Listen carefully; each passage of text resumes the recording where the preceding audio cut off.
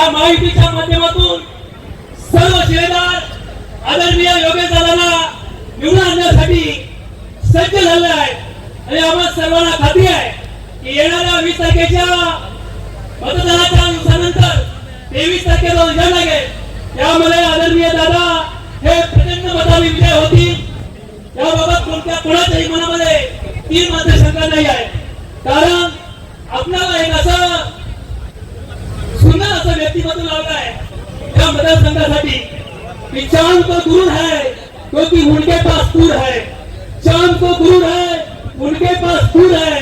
अरे हमको भी गुरूर है, हमारे पास योगेश दादा जैसा कोहिनूर है, योगेश दादा जैसा कोहिनूर है. आणि म्हणून हा चमचमता जाण्याला खऱ्या अर्थानं पुन्हा एकदा चमकवण्यासाठी महाराष्ट्राच्या सत्तामध्ये आपण साऱ्यांना पाठवूया.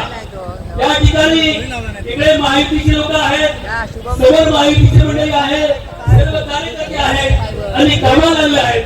आणि म्हणून आपल्या सर्वांना कल्पना आहे की आदरणीय दादा प्रचंड बलाने निवडून येतील.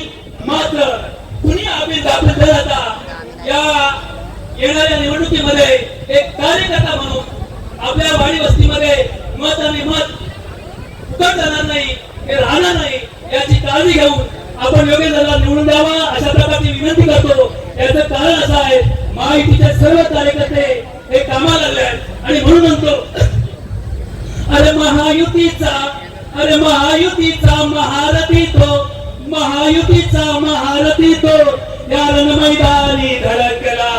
अरे महायुतीचा महारथी तो या रणमैदानी धडकला.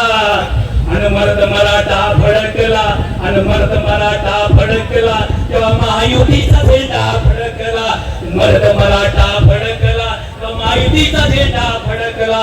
आपल्याला पुन्हा एकदा या महाराष्ट्रावरती जर महायुतीचा झेंडा फडकवायचा असेल तर आदरणीय योगेश दादांना आपण या दापोली मतदारसंघातून प्रचंड मताने निवडून देऊया अशा प्रकारची मी या ठिकाणी सर्वांना विनंती करतो.